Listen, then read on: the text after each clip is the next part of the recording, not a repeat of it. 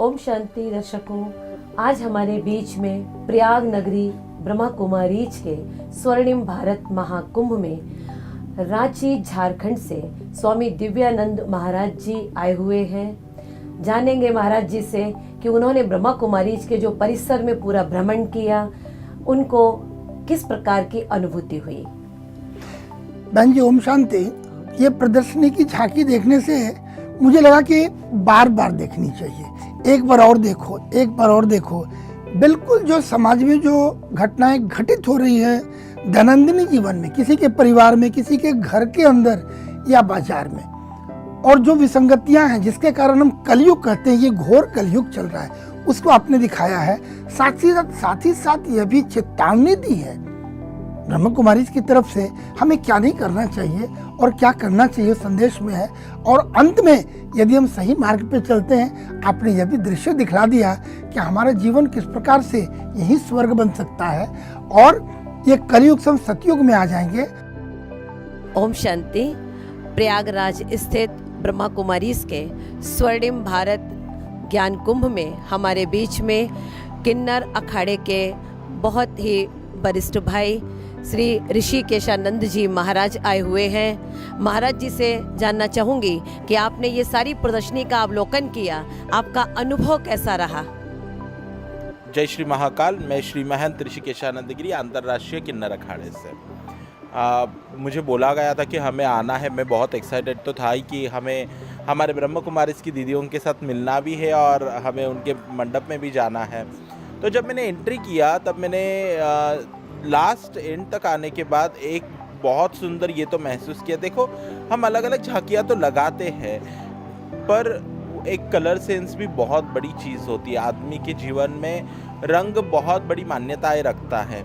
जैसे आपने बताया कि कलयुग, उसके बाद सतयुग और स्वर्णिम सतयुग ये बताया, तो वो देखते हुए जब मैंने पूरा काला कलर देखा तो उसमें सच्ची में, और जो सुंदर सुंदर आपने प्रकृतियाँ रखी है, हमारी कुछ आपने अच्छे पुतले रखे हुए हैं, बहुत सुंदर मैसेज है। जिसमें मुझे बहुत अच्छा लगा कि एक पुतला था और वो आदमी का था, लेकिन उसको फेस भेड़िए का लगाया था, लोमड़ी का लगाया हुआ था, जिसमें आप अच्छा सा उदाहरण बता रहे थे कि मिलावट वगैरह या आदमी में लालच कितना बुरी चीज़ हो जाती है। और वो सब पूरा घोर कलयुग, सच्ची में घोर कलयुग दिख रहा था। उसके बाद जब मैंने एंटर किया, पूरा सफ़ेद कलर सतयुग में, बहुत सुंदर लगा। ऐसे लग रहा था कि काश मैं मेरे लाइफ में सच्ची में सतयुग में एंटर कर रहा हूँ क्या। उसके बाद में स्वर्णिम सतयुग, वहाँ पे भी हमारे प्रभु की झांकियाँ देखी, हमारे ईश्वर की प्रतिकृतियाँ देखी, बहुत सुंदर लगा। और ऐसे सब तरफ होना चाहिए। कुंभ में आके स्नान लगाना ये भी एक बात होती है, लेकिन कुंभ में आके स्नान लगाने के बाद ज्ञान की, ध्यान की भी डुबकी लगाना चाहिए। ये मैं यहाँ पे आके देखा। बहुत बहुत शुक्रिया आपका, धन्यवाद। Om Shanti. We talk about these two aspects like seva and sadhana, which is spiritual practice and godly service. So what is more important according to you in the spiritual journey? In the service of God, our spiritual practice should happen. See, based on everyone has a different prakriti. So our Gurudev has told us that based on the prakriti of the individual, he should be given a seva that he enjoys, that he feels bliss about it, that he receives anand. So it motivates him to do more. It motivates him to serve the society, and it also helps him to improve and increase his spiritual level, basically.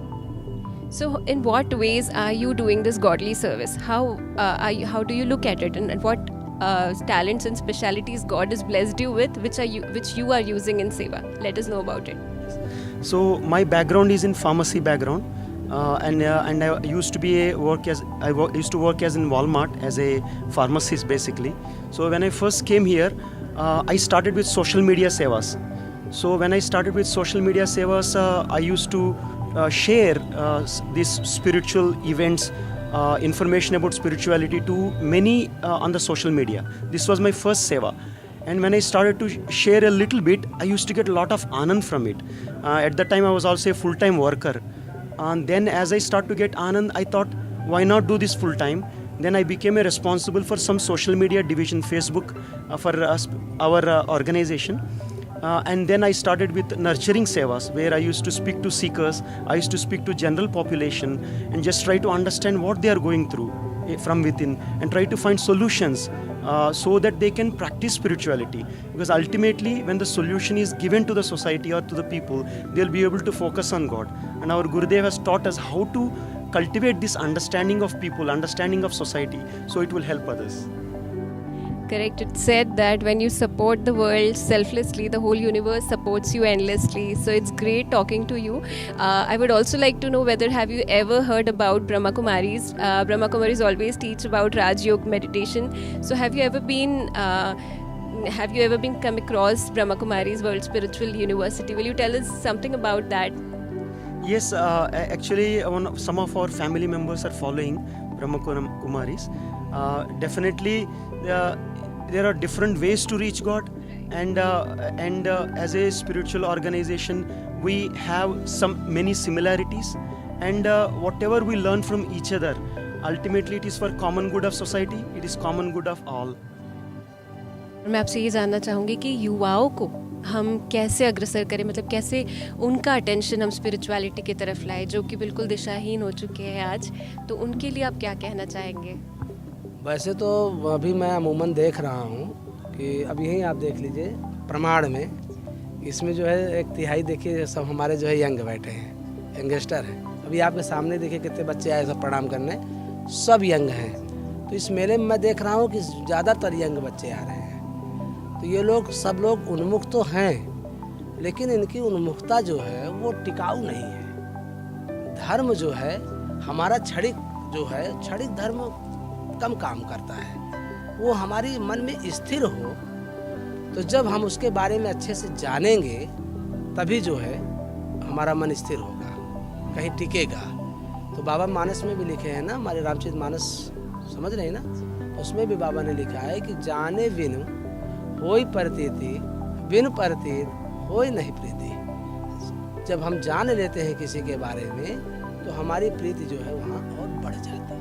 जान करके जो प्रीति होती है वो टिकाऊ होती है, और जो बिन जाने है वो उसकी कोई सेवटी नहीं होती।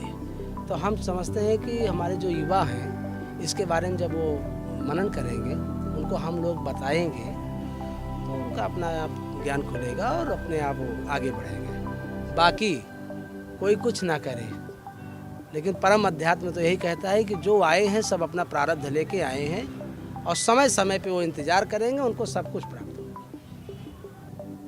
तो जैसे अभी सभी लोग दिव्य कुंभ में आए हैं, महाकुंभ में, तो आपको क्या लगता है कि मानव को यहाँ आने से पहले कैसी तैयारी करके आना चाहिए? अब ये तो माँ का गोद है, माँ की गोद में जाने के लिए कोई तैयारी करने की जरूरत नहीं है। 4 पदार्थ भरा भंडारू, यहाँ माँ के पास सब कुछ है।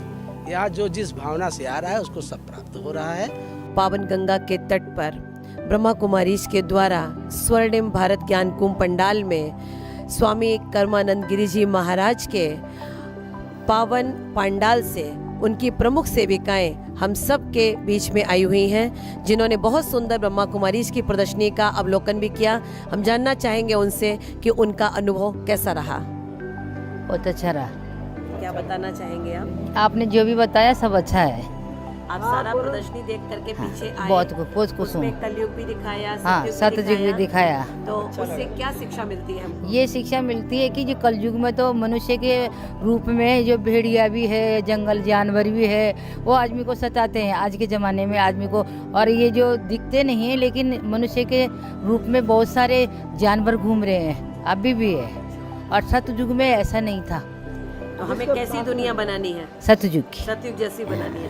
उसके लिए हम सबको प्रयास करना है।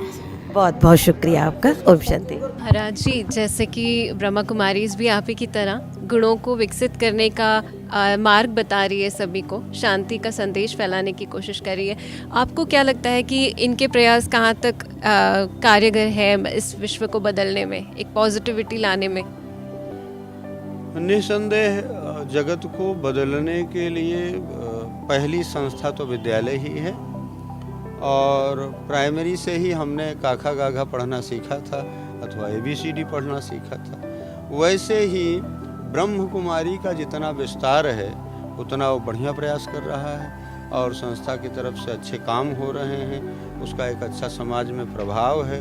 क्योंकि कम समय में ब्रह्म कुमारी ने अपना एक अच्छा शीर्ष पर स्थान बनाया है, लोग उससे जुड़ रहे हैं, प्रभावित हो रहे हैं, शिक्षाएं हैं, उद्देश्य अच्छा है, कॉन्सेप्ट अच्छा है, दर्शन अच्छा है, दृष्टि अच्छी है, तो ब्रह्म कुमारी बड़ा अच्छा। अब ये है कि अकेला चना वाली बात है, अब जैसे जैसे विस्तार होता जाएगा, क्योंकि हर गांव में एक प्राइमरी स्कूल चाहिए, तभी हर बच्चा जा पाएगा। तो ब्रह्म कुमारी का जहाँ तक पहुँच है वहाँ तक तो लोग प्रभावित हैं, जहाँ रह गया है वहाँ तक हम चाहेंगे कि उसका विस्तार हो और हर जगह हर गांव उनकी संस्था पहुँचे। क्या है, समाज कैसा है, परिवार को कैसे लेके चलना है, और हमारे अंदर लोभ मद मोह ये चीजें कैसे मानवता के मार्मिक मूल्यों का ह्रास कर रही है और नैतिकता क्षीण होती जा रही है, उसे सुधारने के लिए गजब का मोटिवेशन है, जो बहुत अच्छा लगा। बहुत बहुत धन्यवाद। और आपको आप यहाँ देख के आप क्या इंस्पिरेशन लेके जा रहे हो? इंस्पिरेशन हमारा ये है कि जो कि पहले से भी धारणा है, और एक प्लस पॉइंट और उसमें हो गया कि हमेशा केंद्र में नैतिकता और अपने मूल्यों को प्राथमिकता देना चाहिए, ना कि अपने स्वार्थ को। ये मूल केंद्र इस प्रदर्शनी का जो मैं आपको यहाँ आकर के क्या अच्छा लगा? हमको यहाँ एक चीज़ अच्छा लगा, यहाँ पे मनुष्य के सभी गुणों का सचित्र वर्णन किया गया। जो अच्छा है उसमें जो अच्छाई है उसको हम अपने अंदर समाहित करें, और जो बुराई है उसको दूर करें। आपको यहाँ आकर कैसे लगा? हमको यहाँ आकर यहीं हमको समझ में आया, यहाँ इस युग में जैसा चल रहा है उसी के अनुसार सब दिखाया गया है। जैसे लोग कर रहे हैं यहाँ के कलयुग में सब उसी सब दिखाया गया है। तो इसको हमको यह अनुभव हुआ, तो यह काम अच्छा ही करना चाहिए और दुर्गुण को छोड़ देना चाहिए। करता है लोग, तो एक सही मार्ग पर जाने का क्रम अच्छा बनाया गया है। प्लस राम दरबार बहुत अच्छा लगा यहाँ का, और यशोदा मैया वाला था वो भी बहुत अच्छा लगा था। तो बुराई पर अच्छाई का जो दिखाया जा रहा है, चित्रण दिखाया गया है, बहुत अच्छा था वो। हम लोग तो पहली बार आए हैं, अब परिवार लेके आएंगे तो दिखाएंगे उनको भी। लगा जो छोटे बच्चों को आपने मोबाइल में कैद किया है, सबसे बेस्ट पार्ट आज सबसे ज़्यादा मुझे वही बहुत अच्छा लगा। आज समय बहुत इफेक्ट कर रहा है वो चीज़ें बच्चों को, बचपना जो है वो चीज़ें, सोशल मीडिया जो खिलौना होता था, जो एक नेचर होता था, नेचर टच होना। आजकल वो बच्चे पेरेंट्स भी क्या होते हैं, मोबाइल थमाने के बाद अपने आप को फ्रीडम महसूस करते हैं कि बच्चे को मोबाइल दे दिए हम फ्री हो गए। ये चीज़ें नहीं होना चाहिए। पहले के दौर में ये सब चीज़ें नहीं थी, लेकिन ये चीज़ें जो हैं अवेयर होना चाहिए, क्योंकि आज के समय में बच्चे जो है मोबाइल से बहुत सारी बीमारियाँ हो रही, बच्चों को बहुत सारी बीमारियाँ हो रही है। उसमें से एक सबसे गंभीर बीमारी होती है ऑटिज्म। आप उसके बारे में पढ़िएगा। वो ऐसी बीमारी होती है बच्चों को मतलब बहुत बेकार कर देता है।